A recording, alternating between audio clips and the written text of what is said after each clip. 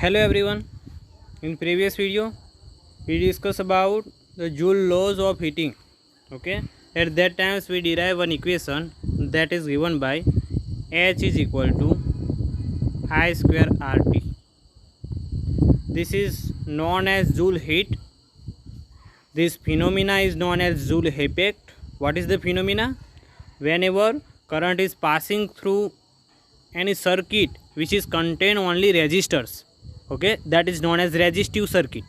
So at that times the most of the energy of the source that we use, suppose the battery, so their energy will be lost or expanding in form of the heat, and amount of that heat is given by H is equal to I square RT. So this is known as Joule heat, and this phenomena is known as Joule effect, and this law, this is given by this equation that is known as Joule law of heating. Okay, that we have discussed in previous video. Now today in this video we are going to study what are the factor on which the heat produced, this heat in the electric resistor is dependent. So we find out the factors on which this heat amount will be dependent. So from this equation we see what is the equation for heat. H is equal to I square RT.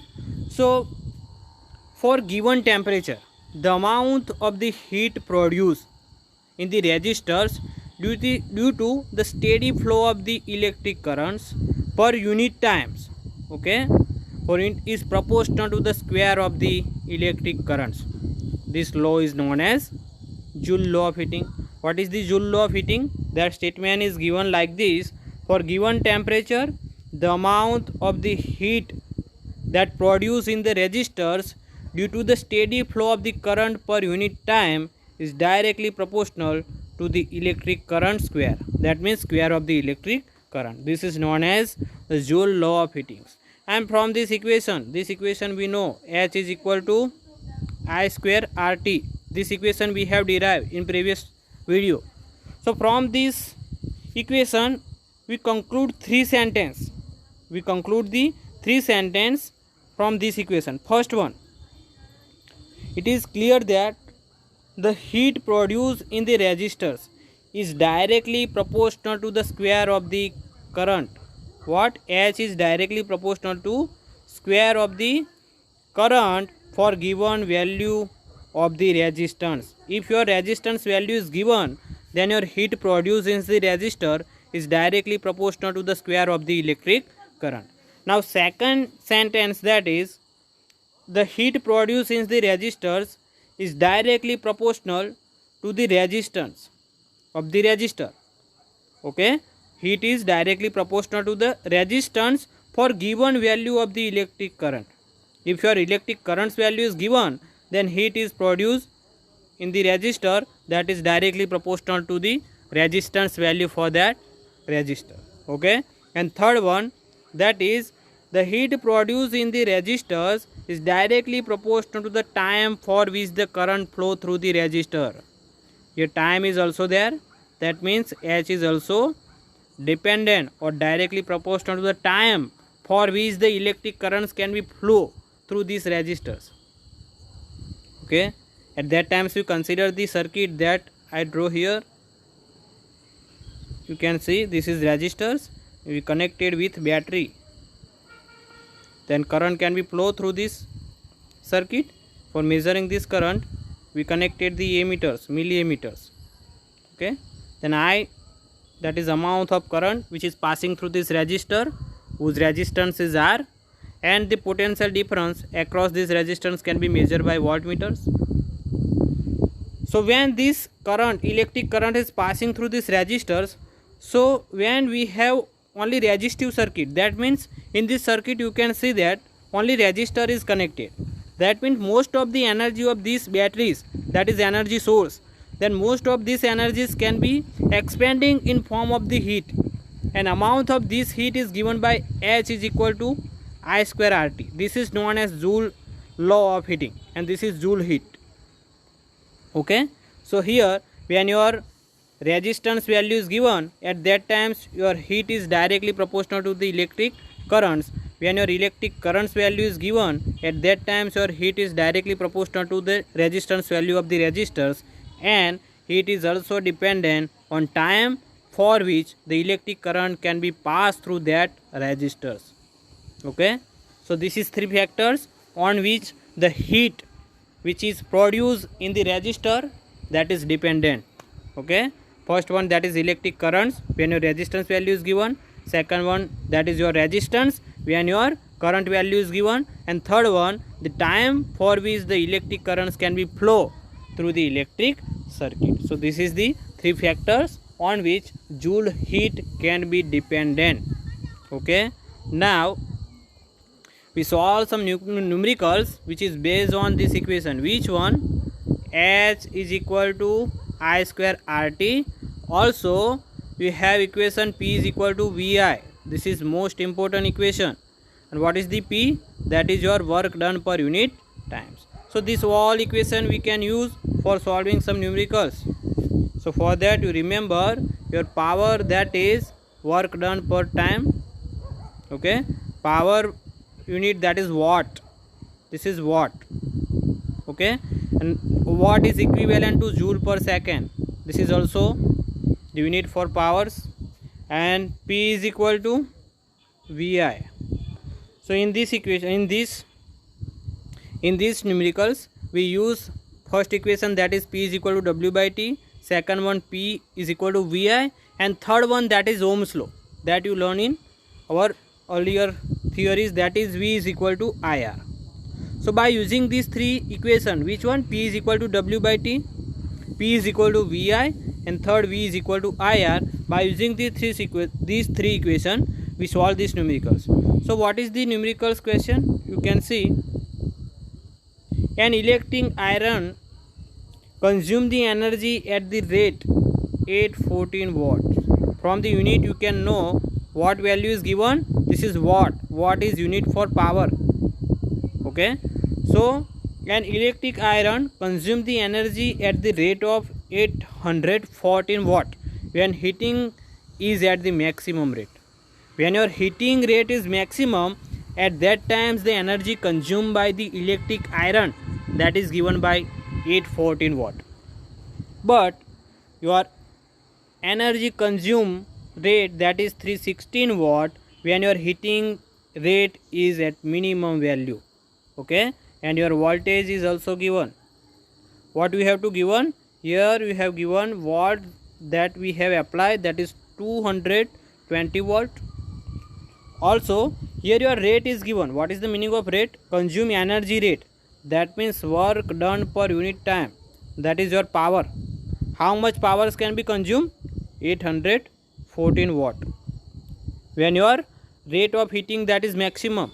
Okay, but when your heating rate is minimum, at that times your consume energy or consume power, that is work done by time per unit time, that is you have 316 watt. So from this unit you can conclude this is value for powers. Watt is unit for power. Okay, here you have energy rate is given, that means power is given. So when your heating rate is maximum, at that times the consume energy or consume power, that is 814 watt. But when your heating rate is minimum, at that times your consume power, that is 316 watt. Okay, so here what we have to given? W by T when your rate is maximum, and W by T when your rate is minimum, heating rate is minimum, and voltage is given. And we have to find out what is the electric current and resistance value. Is it okay? So here first of all we have given W by T value, that is 2 joule by second, that is also equivalent unit to watt. 1 watt is equal to 1 joule per second. This is unit for power. Now we have to find out, this value is given only, and voltage value is also given, 220 watt. We have to find out I and R. So for I, we know that P is equal to VI. Your P is, that is W by T. So this value is given, and your V value is also given, and we have to find out I. So you can usually find. So from this equation, your I is equal to P by V. This P is equivalent to W by T. So this value. Okay, so when your heating rate is maximum, at that time your power value, that is 814, at that time you can find out the electric currents. Okay, so from this equation, I is equal to P by V. When your heating rate is maximum, at that time P value is 814 watt and your voltage value will be same, that is 220 volts. When you calculate this, you get 3.82 amperes. This is the electric currents through the resistor where your heating rate is maximum. At that times the energy consumed, that is 814 watts. We have second question, that is resistance. Now you know that you have value of the voltage that is given and the values of the current that you have find out in previous case, that is you have 3.82. Now you have to find out resistance. Then which law you can apply? You can apply Ohm's law, V is equal to IR.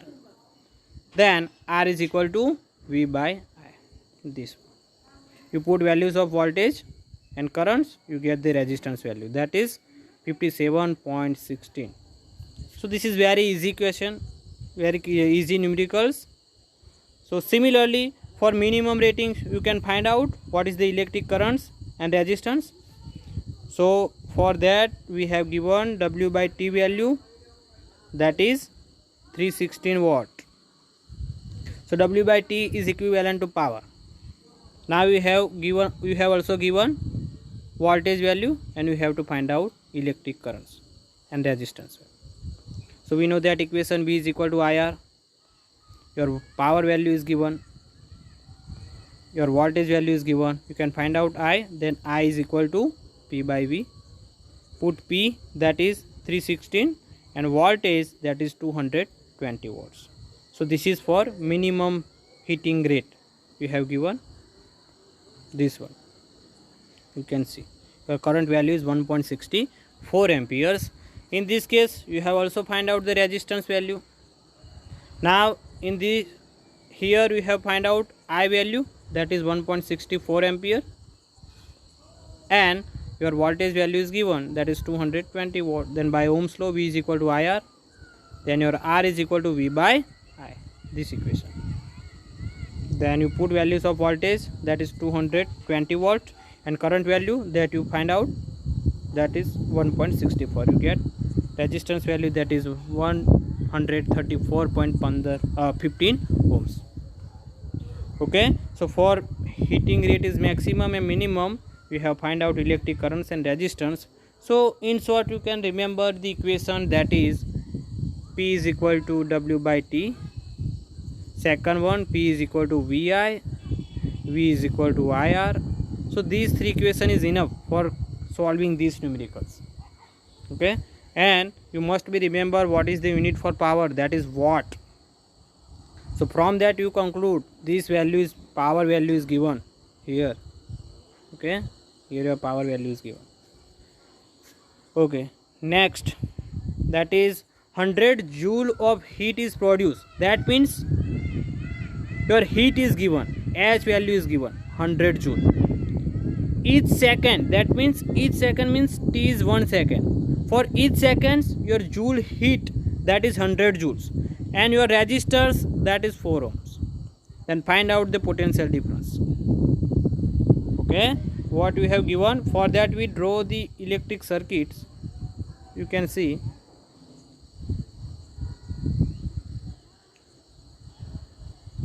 here you have given the resistance value, that is 4 ohm. Now 100 joule heat is produced when current is passing through, this resistors. At that times heat produced across this one, that is we have given that value is 100 joule, and time, that is 1 second. Then what is the potential difference across these resistors, that we have to find out. What is the V? Okay, now we know that the equation heat, that is H is equal to I square RT. Here your heat value is given, resistance value is given, time value is given. You can find out the electric currents. So your electric currents I square is equal to H by RT. Now you remove the square on both sides, so you must be apply the square root. So you get I is equal to H by RT in the square root.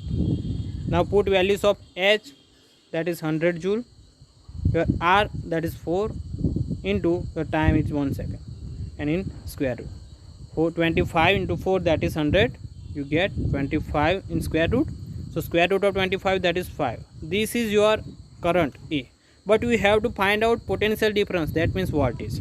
Now you have value R, that is 4 ohm, and current we have find out, that is 5 amperes. You can find out the voltage by Ohm's law. V is equal to IR. Okay, then V is equal to IR, then I value, that is 5 amperes, and resistance value, that is 4. You get 20 volts. What is meaning of this one? When current passing through resistors, that is 5 ampere, whose resistance is 4 ohms, then potential difference across that resistance, that is 20 watt. Okay, so for solving these numericals, you remember only the equation, that is H is equal to I square RT, and then Ohm's law, V is equal to IR. You can easily solve these numericals, very easy. Okay, 2 mark question, 2 mark numericals. Now next, that is, why does the core of the electric heaters not glow while the heating element does? Okay, so for that, the basic logic is there. Suppose we have, this is electric heaters, this is your, suppose electric heaters.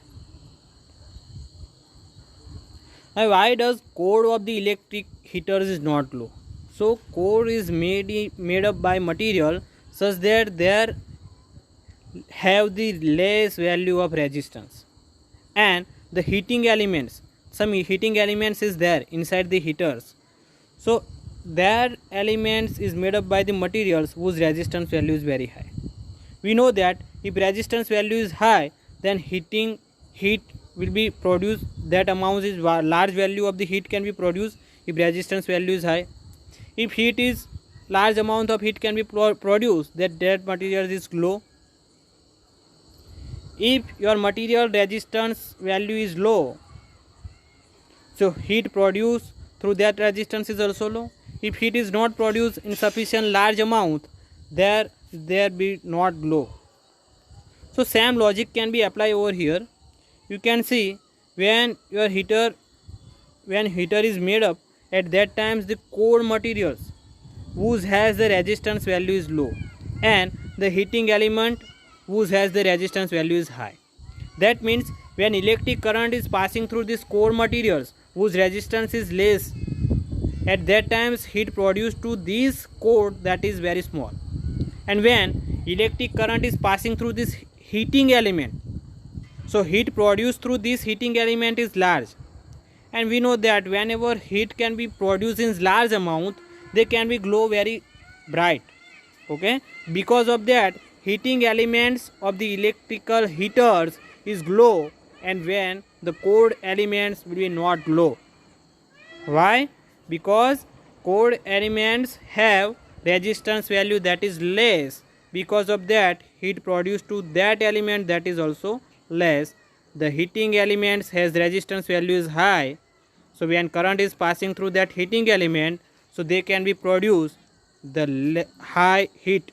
So they can be easy to glow. Heat can be produced in high amount. Okay, so this is the logic question, 2 mark question, but very important. Okay, so now we stop here. Okay, thank you.